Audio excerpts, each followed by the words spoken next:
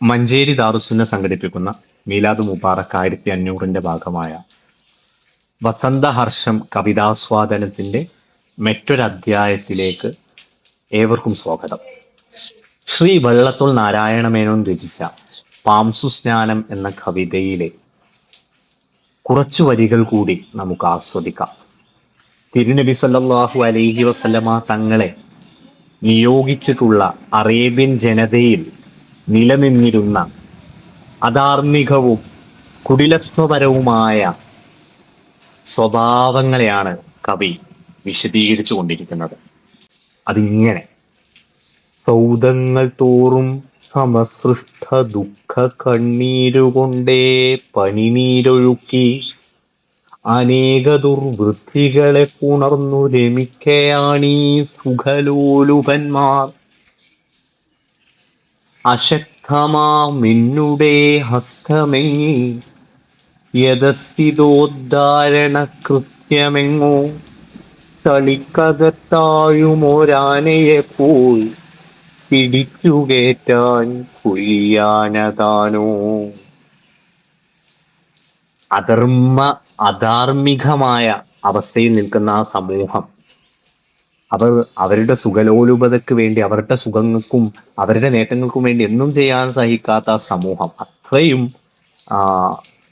ദുരിതത്തിലാണ്ടുപോയ, ഇരുട്ടിലാണ്ടുപോയ സമൂഹത്തെ താൻ തനിച്ച് ഉദ്ധാരണം ചെയ്തുകൊണ്ട് നന്മയിലേക്ക് നയിക്കണമല്ലോ എന്ന് നബിയുടെ ഒരു ചിന്ത കവി മുന്നോട്ട് വെക്കുകയാണ്.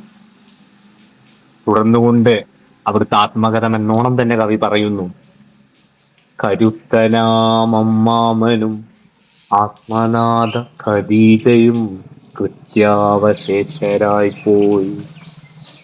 ഞാനേകനിൻ ചുറ്റുമൊരെട്ടുപത്തല്ല, എൻ ചോരയിൽ തൃഷ്ണ വളർന്ന ഗദ്ഗം.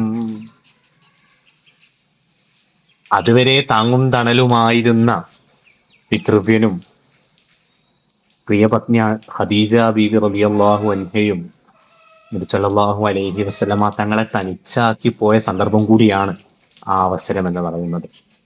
അപ്പോ അങ്ങനെ ഏകനായി നിൽക്കുന്ന എനിക്ക് ചുറ്റുമുള്ള ആളുകളും ഒക്കെ എൻ്റെ ചോര കൊതിച്ചുകൊണ്ട് വാളുമേന്തി നിൽക്കുകയാണ്. ഇതൊക്കെയാവാം നിനവായിരത്തി 300 കൊല്ലത്തിനു മുമ്പൊരിക്കൽ മെക്കായിലെ കൈവഴിയൊന്നിലൂടെ നടന്നു പോകും നബി തൻ മനസ്സിൽ. കവി നബിയുടെ മനസ്സിൽ വരാവുന്ന ചിന്തകളെ കവി തൻ്റെതായ ഭാവനയിലൂടെ വരച്ചു കാണിക്കുകയാണ്. അങ്ങനെ ഒറ്റപ്പെട്ടു പോയ ഈ അവസ്ഥയുമൊക്കെ ചിന്തിച്ചുകൊണ്ടായിരിക്കും തിരുനബി സല്ലല്ലാഹു അലൈഹി വസല്ലമ തങ്ങൾ മക്കയിലെ ഈട് വഴികളിലൂടെ തൻ്റെ പ്രബോധനം എങ്ങനെ നടത്തണമെന്നും ഈ കാടന്മാരായ ഈ സമൂഹത്തെ എങ്ങനെ വഴി നടത്തി നന്മയുള്ളവരാക്കി മാറ്റണമെന്നും ചിന്തിച്ചുകൊണ്ടിരിക്കുന്നത് എന്ന് കവി ഭാവിക്കുന്നു. ഇല്ലില്ല, ഞാൻ എന്നുടെ ചോര കൊണ്ടും ഇധർമ്മ സസ്യത്തെ നനച്ചു നോക്കും. ആ മാതൃകാ കർത്തകനായ ക്രിസ്തു അവണ്ണമല്ലോ ഭുവി ചെയ്തു കാട്ടി. എന്തു തന്നെ വന്നാലും ഇതിൽ നിന്ന് പിന്മാറില്ല എന്ന ഒരു ഉറപ്പ് നബി സല്ലല്ലാഹു അലൈഹി വസല്ലമ തങ്ങൾ അവിടെ എടുക്കുകയാണ്. തൻ്റെ ചോര ചിന്തിയാലും മരണമാണ് തനിക്ക് മുമ്പിലെങ്കിലും സർവശക്തനായ ദൈവം അല്ലാഹു സുബ്ഹാനഹു തആല തന്നെ ഏൽപ്പിച്ച ദൗത്യം നിറവേറ്റാൻ നബി ഉറപ്പിക്കുകയാണ്. നബി സമാധാനിക്കാൻ വേണ്ടി തൻ്റെ മുൻകഴിഞ്ഞുപോയ പ്രവാചകനായ ബഹുമാന്യരായ ഈസാ നബി അലൈഹിസ്സലാമിനെ ഓർക്കുകയാണ്. അധൈര്യമേ നിൻ കെടുമഞ്ഞു വീയായിക, അഹമ്മദിൻ സജ്വരമായ നെഞ്ചിൽ ചന്ദ്രാർഹരെ കൈകളിൽ വെച്ചു തന്നാൽ പോലും നിറുത്തില്ലവനി പ്രയത്നം.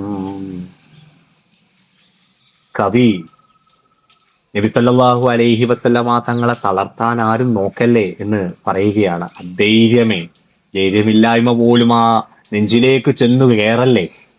അതുപോലെ തന്നെ തിരുനബി സല്ലല്ലാഹു അലൈഹി വസല്ലമ തങ്ങളുടെ കൈകളിലേക്ക് ചന്ദ്രസൂര്യാദികളെ വെച്ചു കൊടുത്തുകൊണ്ട് ഇതിന്ന് പിന്മാറാൻ പറഞ്ഞാൽ പോലും ഈ പ്രയത്നം അവിടുന്ന് അവസാനിപ്പിക്കാത്ത വിധം ദൃഢനിശ്ചയത്തോടു കൂടിയാണ് അവിടുന്ന് ഇതിനെ ഇറങ്ങി പുറപ്പെട്ടിരിക്കുന്നത്.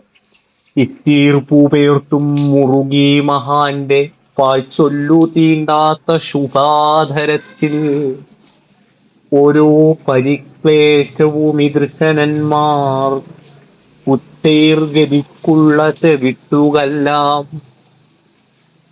ഇത് ഉറപ്പിച്ചുകൊണ്ട് നിൽക്കുന്ന നബി സഹിക്കുന്ന സഹനങ്ങൾ ഓരോന്നും ഈ മനുഷ്യന്മാർക്ക് ഉയരങ്ങളിലേക്ക് നടന്നു കയറാനുള്ള പാതയാണ്, ഗോവണിപ്പടിയാണ് എന്ന് കവി പറഞ്ഞു വെക്കുന്നു. തുടർന്നുള്ള വരികൾ മറ്റൊരധ്യായത്തിൽ നമുക്ക് നോക്കാം.